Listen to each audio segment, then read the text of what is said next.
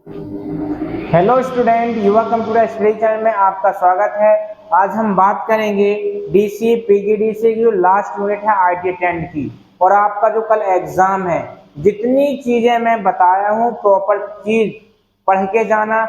यदि आपको extra question भी आता है तो जितना मैंने कॉन्सेप्ट दिया है उस कॉन्सेप्ट के बिहेव में आप सारे क्वेश्चन इजीली कर सकते हैं। ओके, तो सबसे पहले हम यूनिट नंबर 5 की बात करते हैं। कौन से?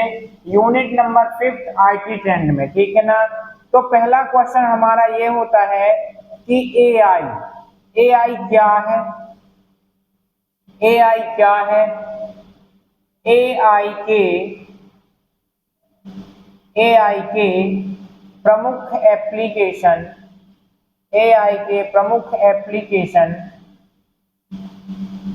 एआई के प्रमुख एप्लीकेशन कौन कौन से हैं?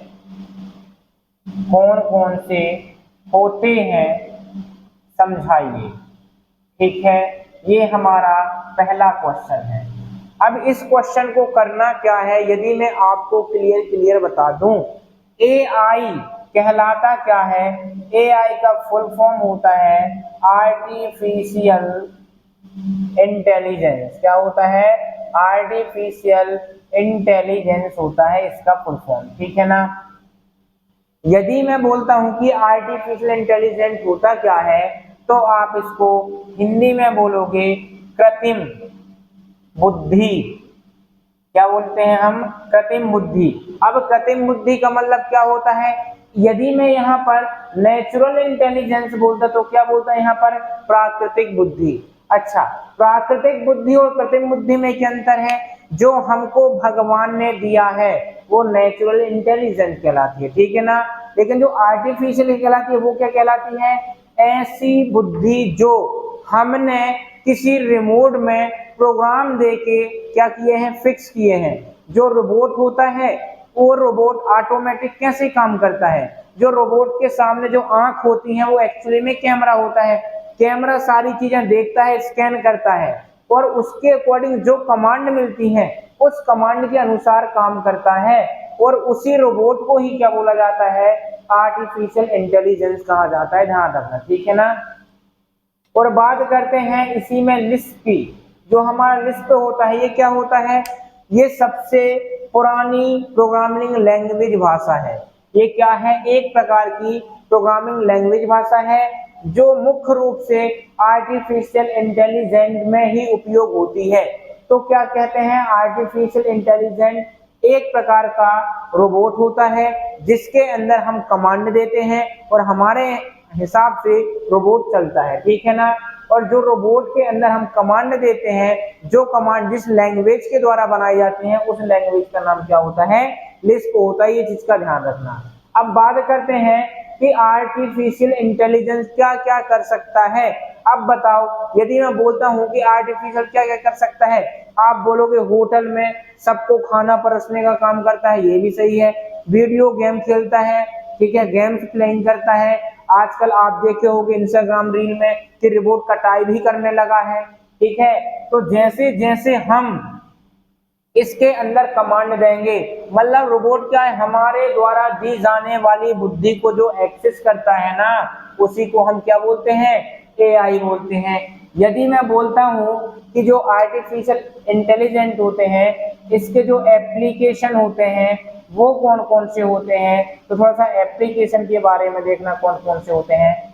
पहला हो जाएगा हमारा एक्सपर्ट सिस्टम। क्या हो जाएगा?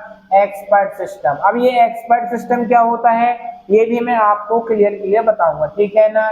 इसके बाद गेम प्लेइंग, मतलब जो हमारा रोबोट होता है वो गेम भी खेल सकता है, ये चीज का ध्यान रखना। इसके बाद स्पीच रिकॉग्निशन, स्पीच रिकॉग्निशन, जो हम बोलते हैं उसको सुनता है और उसके अकॉर्डिंग हम क्या करते हैं, वो हमें क्या करता है? काम बताता है या काम करता है।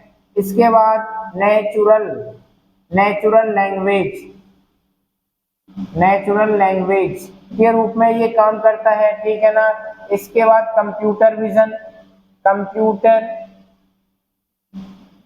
और भी अपन फाइनेंस, मतलब आप जो जो लिख सकते हो एआई रोबोट के बारे में वो सारी चीजें आप लिख सकते हो।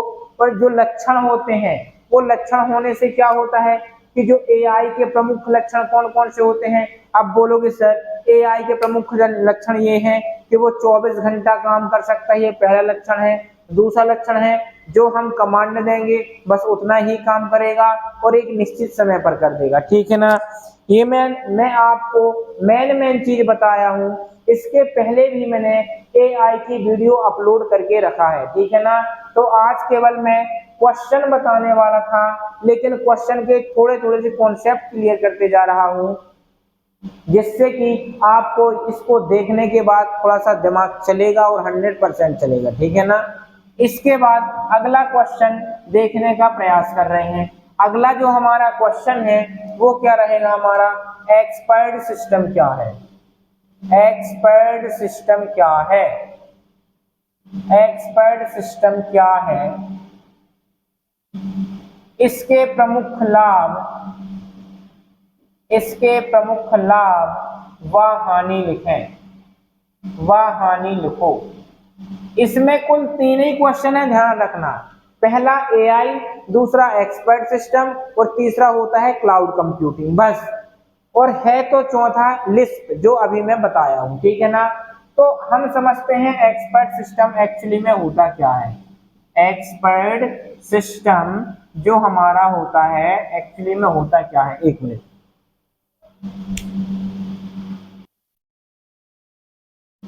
अब बात करते हैं एक्सपर्ट सिस्टम की। तो जो एक्सपर्ट सिस्टम होता है ना वो कंप्यूटर आधारित डिसीजन टूल होता है।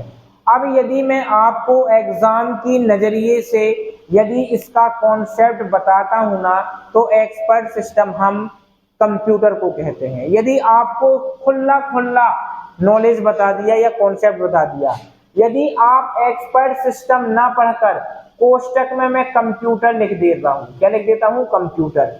अब जितने भी बुक में आपके एक्सपर्ट सिस्टम से रिलेटिव क्वेश्चन हैं वो सारे क्वेश्चन आपको समझ में आएंगे। अब एक्सपर्ट सिस्टम के लाभ क्या होंगे, एक्सपर्ट सिस्टम के लाभ ये होंगे कि लाभ नंबर 1 जो हमारा कंप्यूटर होता है।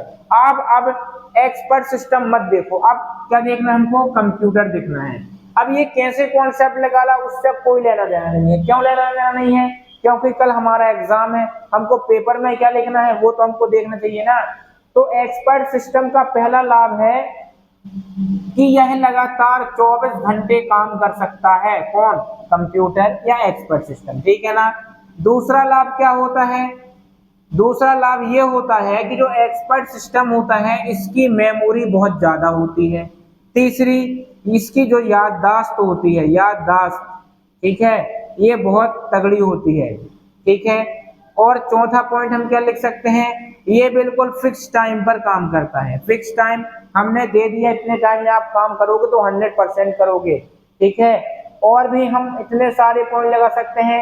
एक्सपर्ट सिस्टम की सहायता से हम किसी भी डिसीजन को भी ले सकते हैं। आप बोल सकते हो कि जो आप एस्ट्रोलॉजी, मतलब उसको क्या बोलते हैं, जब किसी की शादी होती तो उसका राशि राशि नहीं निकलवाते, वो भी क्या है, हमारा एक्सपर्ट सिस्टम ही निकाल के दे देता है। मतलब हमको कुछ भी नहीं करना है, बस कमांड टाइप करो, आंसर कौन देगा, एक्सपर्ट सिस्टम देगा। तो एक्सपर्ट सिस्टम आप अभी के लिए केवल कंप्यूटर समझो कि एक्सपर्ट सिस्टम को कंप्यूटर कहते हैं।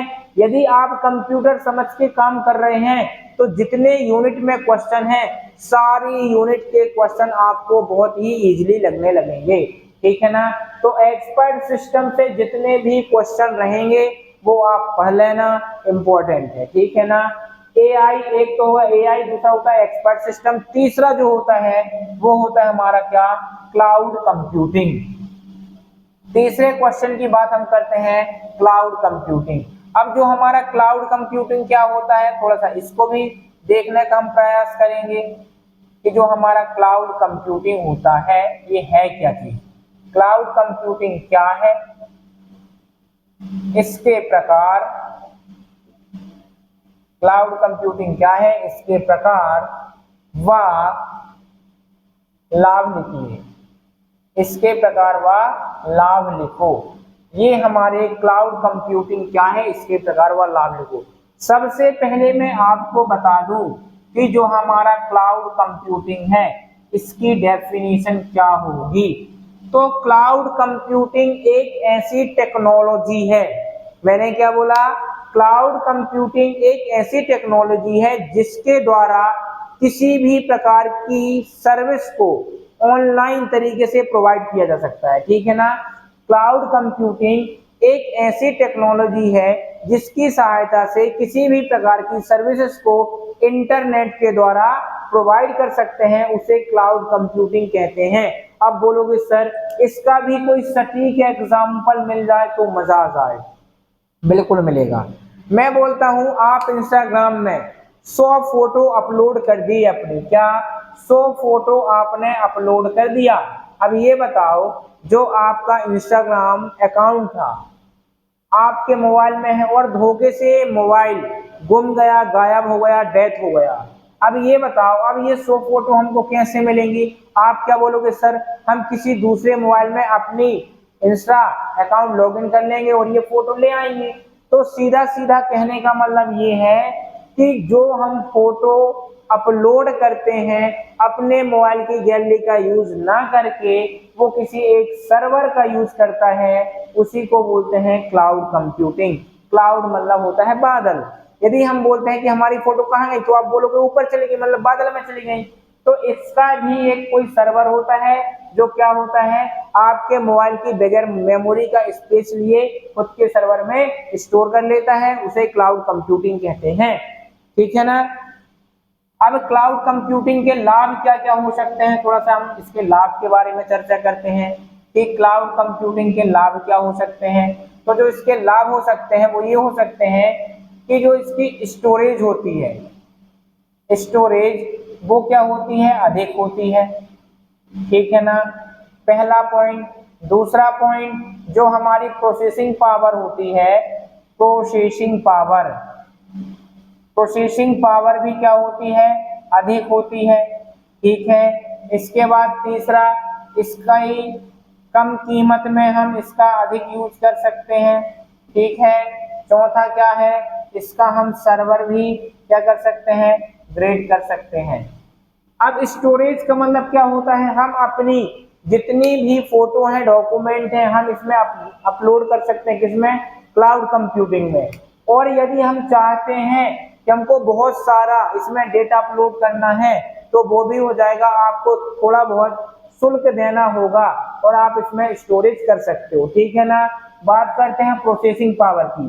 प्रोसेसिंग पावर आप खुद यूज करते हैं, यदि आप इंस्टाग्राम में गए हैं, अपने अकाउंट में क्लिक किए हैं और जैसे ही फोटो में क्लिक करते हैं आपकी पूरी फोटो आपके सामने आ जाती है, मतलब इसकी जो प्रोसेसिंग होती है बहुत हाई होती है। इसका यूज बहुत कम कीमत में कर सकते हैं और इसका सर्वर भी ग्रेड होता है, ठीक है ना। तो ये होते हैं हमारे क्लाउड कंप्यूटिंग के लाभ और आप अपनी बुक में देख लेना। मेरे हिसाब से आपको क्लाउड कंप्यूटिंग समझ में आई होगी। अब बात करते हैं क्लाउड कंप्यूटिंग के प्रकार। तो क्लाउड कंप्यूटिंग जो होती है, क्लाउड कंप्यूटिंग दो प्रकार की होती है। एक होती है डिप्लॉयमेंट के आधार पर, डिप्लॉयमेंट डिप्लॉयमेंट के आधार पर, और दूसरा होता है सर्विस के आधार पर, सर्वर के या सर्विस के आधार पर। जो डिप्लॉयमेंट के आधार पर होते हैं वो चार प्रकार की होती है, private cloud computing, public cloud computing, और इसी में कम्युनिटी क्लाउड कंप्यूटिंग, और एक होता है हाइब्रिड क्लाउड कंप्यूटिंग। लिख दूं क्या यहाँ पर, चलो ठीक है। एक होता है हमारा पब्लिक क्लाउड कंप्यूटिंग, ठीक है, और यहाँ पर दूसरा आ जाएगा हमारा प्राइवेट क्लाउड कंप्यूटिंग, तीसरा आ जाएगा यहाँ पर कम्युनिटी क्लाउड कंप्यूटिंग, और यहाँ पर एक और जो आता है हाइब्रिड आता है, क्या, हाइब्रिड क्लाउड कंप्यूटिंग। थोड़ा थोड़ा समझाने का प्रयत्न कर दूं क्या इसमें।